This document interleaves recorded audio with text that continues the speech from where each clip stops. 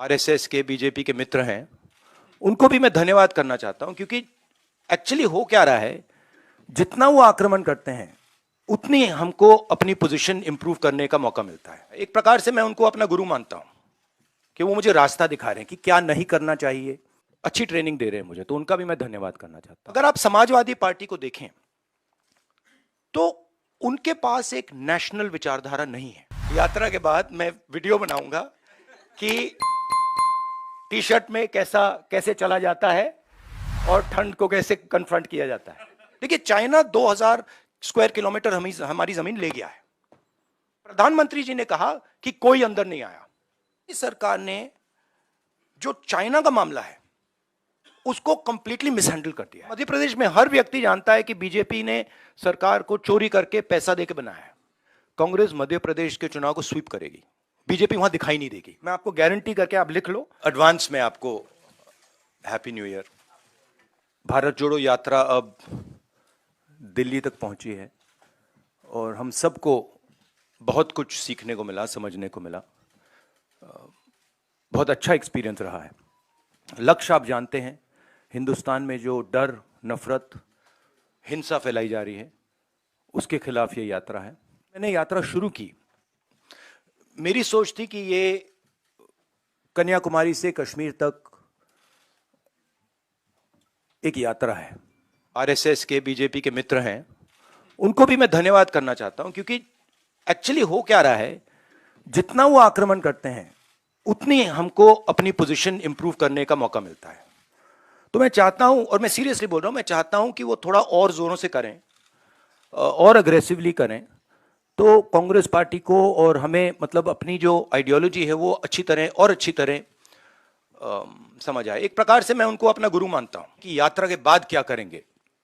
काफी लोगों ने कहा है ईस्ट वेस्ट यात्रा, कोई और कुछ और कह रहे हैं, और मैंने उनको जवाब दिया, देखिए ये जो हमारी यात्रा है ये हमें कुछ बताने की कोशिश कर रही है, ये हमें कुछ बोल रही है, और अगर हम उसको सुने बिना कुछ और काम करना शुरू कर दें कि भैया देखो यात्रा के बाद क्या होगा, तो एक प्रकार से ये जो हिंदुस्तान की आवाज है उसका अपमान है।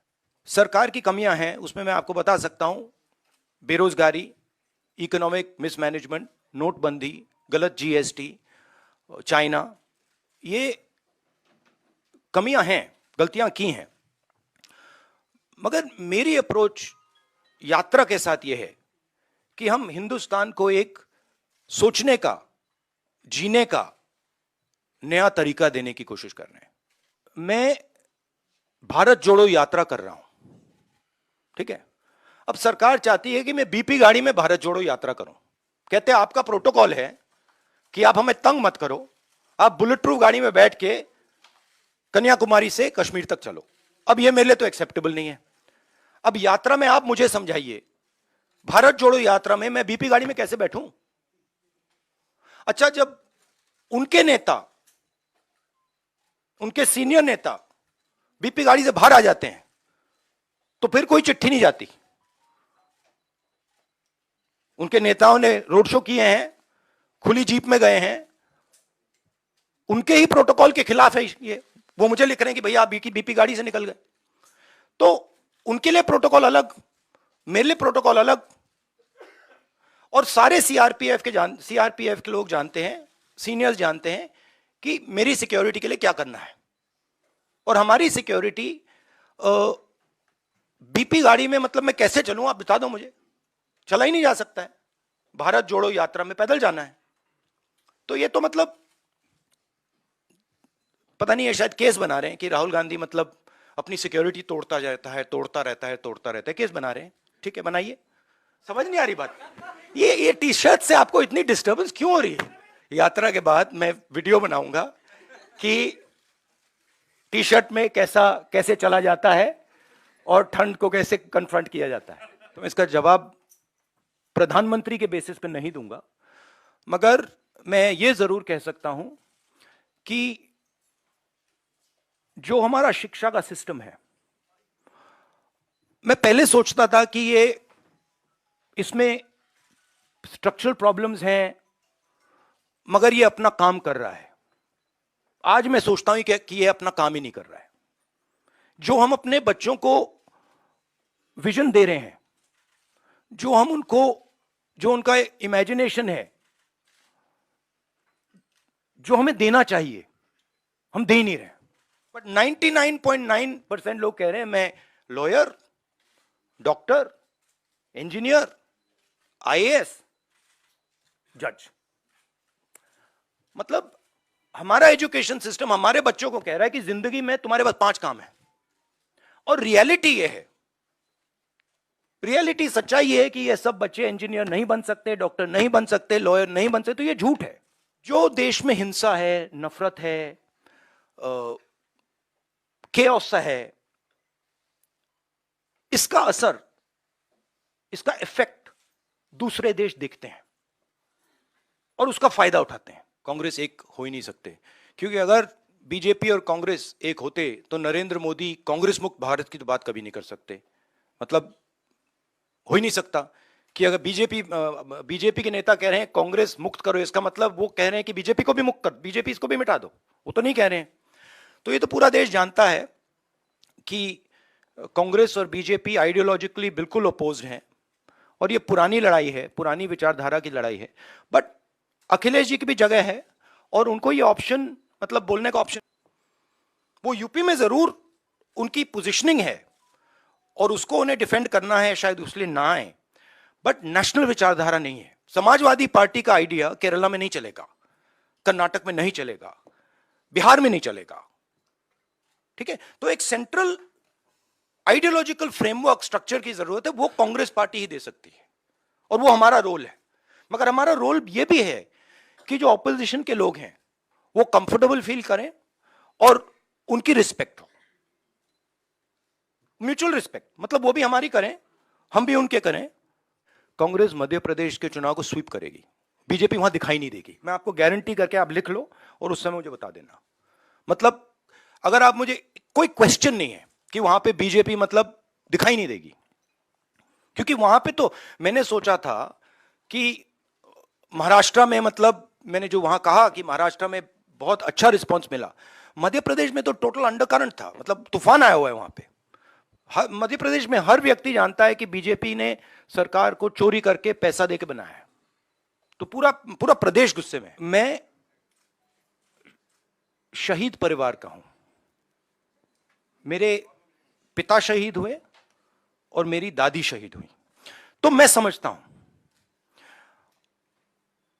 और मैं जानता हूं जब एक युवा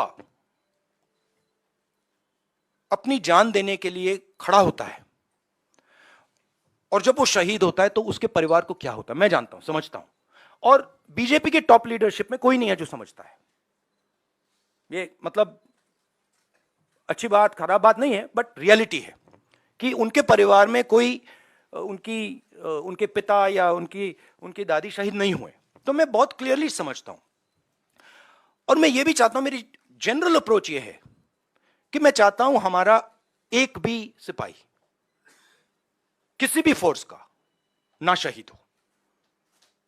ये मेरी स्टार्टिंग पोजीशन है कि मतलब मैं ये नहीं चाहता हूं कि हम इस चीज को कैजुअली लें